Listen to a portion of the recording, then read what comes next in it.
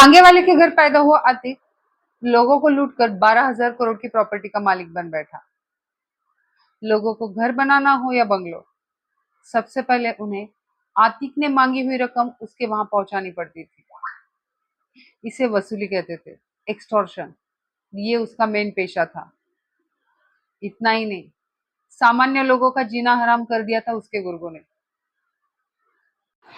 Civil line की आधी से ज्यादा प्रॉपर्टी आतिक ने अपने नाम कर ली थी। जब भी कोई प्रॉपर्टी पसंद आ जाती थी तो वो कब्जा कर लेता था। अगर कोई गुस्से में आके एफआईआर दर्ज भी करा दे तो कभी कोई आई विटनेस सामने आया ही नहीं। जहां विटनेस नहीं वहां केस कैसा। अपने आप को बड़ा गैंगस्टर समझने वाला आतिक अपने पांचों बेटों को भी गैंगस्टर बनाना चाहता था, मगर उसके गुनाह की सजा आज उसकी पूरी फैमिली भुगत रही है। उसकी पत्नी और छोटे भाई की पत्नी दोनों पुलिस से बचते हुए दर दर की ठोकरें खा रहे हैं। उसका 3 नंबर का बेटा एनकाउंटर में मारा जा चुका है। बचे 4 बेटे वो जेल में हैं। आतिक और उसके छोटे भाई को जेल के बाहर गोलियों से भून डाला गया। और सबसे बड़ी बात, उसने अपनी फैमिली के लिए जो राजमहल बनाया था उसको यूपी सरकार ने नेस्तनाबूद कर डाला। ये खंडर पड़ी इमारत किसी और की नहीं बल्कि अतीक अहमद की है। चलिए आतिक का इतिहास जानते हैं। आतिक ने सबसे पहले मालगाड़ी से कोयला चुराना स्टार्ट किया। उसने उसमें उसके हम उम्र के लोगों को साथ जोड़ लिया और वो उनका लीडर बन गया। फिर वो सारे लड़के आतिक के लिए ही काम करने लगे। जब आतिक 17 साल का था तब उसने पहला मर्डर किया, लेकिन पुलिस से बचने के लिए उसने उस वक्त का जो बड़ा गैंगस्टर था चांद बाबा, उसकी मदद मांगी। चांद बाबा ने भी उसके अंदर वो स्पार्क देखा और चांद बाबा ने दिल्ली तक जो अपनी पॉलिटिकल पहचान थी उसका यूज करके उस वक्त आतिक को बचा लिया। और आतिक को तब पहली बार पॉलिटिकल पावर समझ में आई। आतिक जिसका सहारा लेके जेल जाने से बचा वो चांद बाबा है कौन? चांद बाबा मतलब शौके इलाही। 1980 में इलाहाबाद मतलब आज का जो प्रयागराज है वहां का वो क्राइम का बेताज बादशाह था। डर ऐसा था कि उसके एरिया में अगर कोई क्राइम की घटना घटती थी तो पुलिस एफआईआर दर्ज नहीं करवाती थी, ना ही घटना स्थल पे आती थी। उसके डर का और एक किस्सा सुनाती हूँ। एक बार चांद बाबा का भाई बीमार पड़ गया। उसे किसी ने कहा कि एक मौलवी है जो उसे ठीक कर देंगे। चांद बाबा अपने भाई को मौलवी के पास लेके गया, लेकिन मौलवी चांद बाबा के भाई को ठीक नहीं कर पाया। इसके बाद चांद बाबा ने मौलवी जिसने बताया था वो और उसका भाई, इन तीनों को मार डाला। इतना खौफनाक था चांद बाबा। और ऐसे खौफनाक चांद बाबा का शागिर्द बना आतिक, उससे डबल खौफनाक। चांद बाबा के साथ जुड़ने के बाद आतिक ने चांद बाबा के लिए किडनैपिंग, एक्सटॉर्शन, मर्डर्स ऐसे क्राइम स्टार्ट कर दिए। 1986 आते आते यूपी में गैंगस्टर एक्ट लागू हो गया। गैंगस्टर एक्ट मतलब नेशनल सिक्योरिटी एक्ट, और उसी के तहत आतिक के ऊपर गैंगस्टर एक्ट लागू हो जाता है। और तब यूपी में आतिक को गैंगस्टर कहा जाने लगा। गैंगस्टर एक्ट लागू होने के बाद पुलिस आतिक को उठा लेती है। तब एक सांसद आके आतिक को छुड़ाता है। उसी समय में चांद बाबा भी म्युनिसिपल कॉर्पोरेशन के इलेक्शन जीत जाता है। आतिक को पता चल जाता है पॉलिटिकल पावर बहुत कुछ होती है। वो चांद बाबा को कहता है कि उसे भी पॉलिटिक्स में आना है। चांद बाबा के म्युनिसिपल के इलेक्शन जीतने के बाद मुलायम सिंह का उसके ऊपर का भरोसा बढ़ जाता है और मुलायम सिंह इलाहाबाद वेस्ट से एमएलए का टिकट चांद बाबा को ऑफर करता है। तब चांद बाबा ये टिकट आतिक के लिए मांगता है। मुलायम सिंह चांद बाबा को समझाता है कि अपने गुर्गे को अपने ऊपर न बिठाए, इससे उसका नुकसान होगा। ये बात समझ में आने के बाद चांद बाबा आतिक को पॉलिटिक्स में लाने का इरादा बदल देता है और इस बात से हर्ट होके आतिक उसी सीट से निर्दलीय में खड़ा होके जीत जाता है और विधायक बनता है। चांद बाबा को आतिक से मिली हार सहन नहीं होती है और वो आतिक के मर्डर का प्लान बनाता है। आतिक तक ये बात पहुंच जाती है। फिर क्या, चांद से पहले ही आतिक चांस मारता है और चांद को खत्म कर देता है। इतना ही नहीं, चांद के हर एक गुर्गे को पकड़ पकड़ के खत्म करता है। और फिर क्या, बस आतिक का आतंक। आतिक विधायक बन चुका था। ज्यादा पावर मिलने के कारण इलाहाबाद में क्राइम रेट भी बढ़ गया था। आतिक ने विधायक बनते ही क्राइम रेट तो बढ़ा ही दिया था, लेकिन धीरे धीरे अपनी प्रॉपर्टी भी उसी तरह बढ़ा दी थी। आतिक पहली बार 1989 में विधायक बना, इसके बाद 91 में बना, इसके बाद 93 में बना, इसके बाद 96 में मुलायम सिंह की समाजवादी पार्टी से विधायक बना। आप तो जानते हैं इसका मतलब।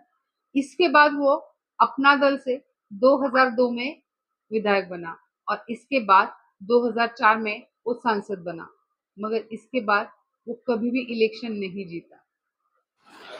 चलिए जानते हैं इसके बाद आतिक इलेक्शन क्यों नहीं जीता। एक्चुअली आतिक के बेटे का मुंडन का फंक्शन था। ये फंक्शन पूरे 4 दिन चला। खुद मुलायम सिंह यादव आए थे इस फंक्शन के लिए। इसी बीच एक दुर्घटना घटी।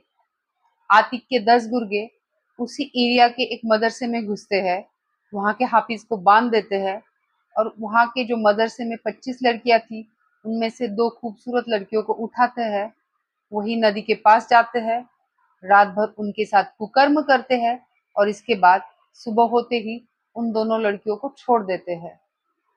इन सब मामले पे पर्दा डालने के लिए आतिक 6 मासूम लोगों को फंसाते हैं और ये सब बातें सामान्य जनता को पता चल जाती है और इसके बाद जनता के मन से आतिक के लिए जरा सी भी हमदर्दी नहीं रहती है और आतिक इसके बाद कभी इलेक्शन नहीं जीत पाता है।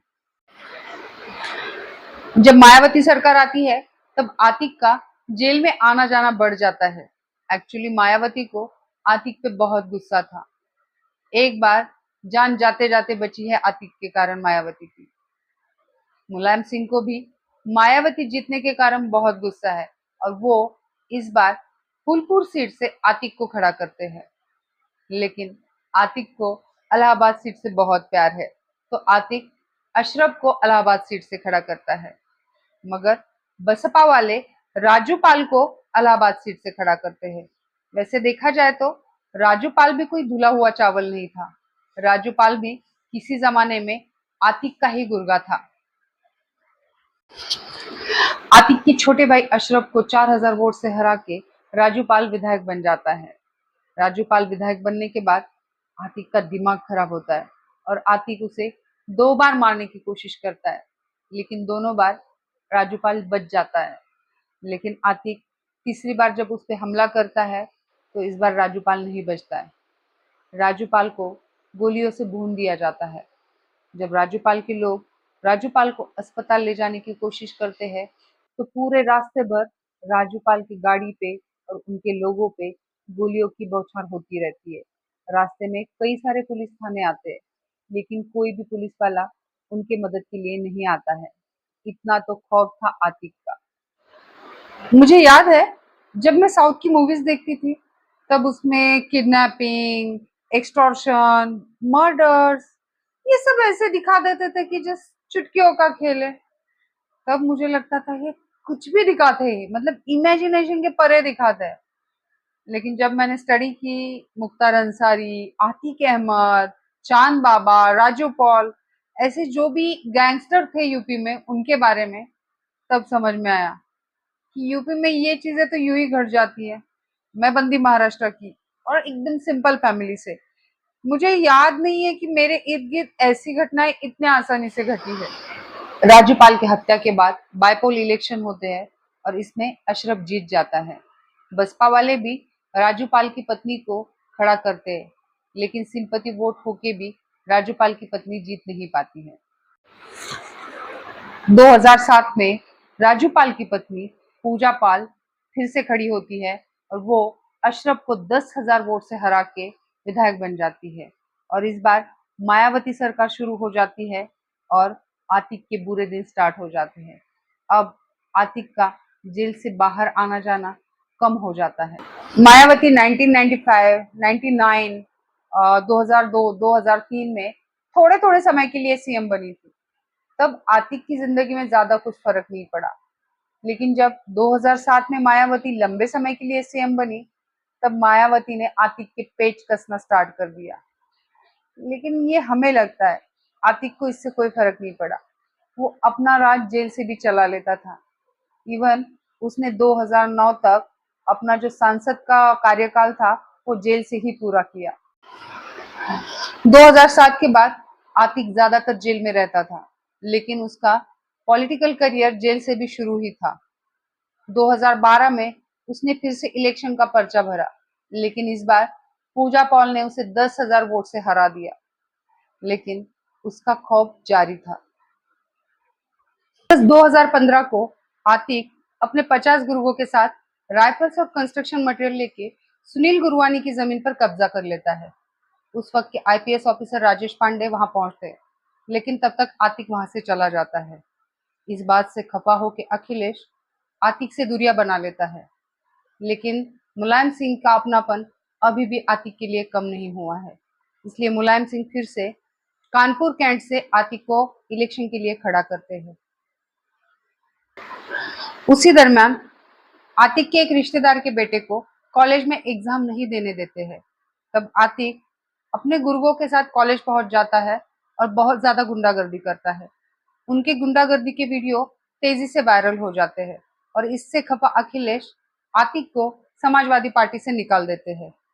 इसके बाद सब चीजें जब निगेटिव घट रही थी, तो आतिक अपना खौफ दिखाने के लिए 500 कार लेके इलाहाबाद से कानपुर तक रैली निकालता है और इससे अखिलेश और ज्यादा खफा होके ये डिक्लेयर कर देते हैं कि आतिक का समाजवादी पार्टी से कोई भी संबंध नहीं है।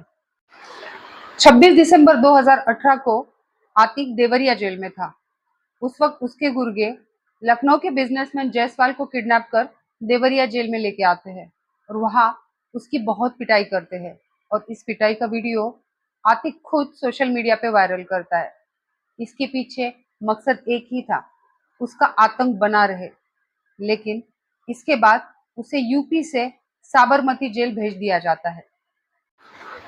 राजूपाल मर्डर केस की हियरिंग कोर्ट में चल रही थी, तब as a eye witness Umesh Pal सामने आया था। उमेश पाल को आतिक का बेटा असद मार देता है। इसके बाद क्या था, पुलिस उनके पीछे हाथ धो के लग जाती है। उमेश पाल की हत्या के पीछे टोटल 7 लोग थे। उनमें से 4 लोगों का 2 महीने के अंदर एनकाउंटर हो जाता है। 3 लोग अभी भी फरार है। 13 अप्रैल 2023 को आतिक के 3 नंबर बेटे असद को पुलिस एनकाउंटर में मार देती है और इसके 2 दिन बाद मतलब 15 अप्रैल 2023 को आतिक और उसके छोटे भाई अशरफ को 3 अनजान लोग जेल के बाहर गोलियों से भून असद डालते को हैं। इनकाउंटर में ढेर कर दिया है।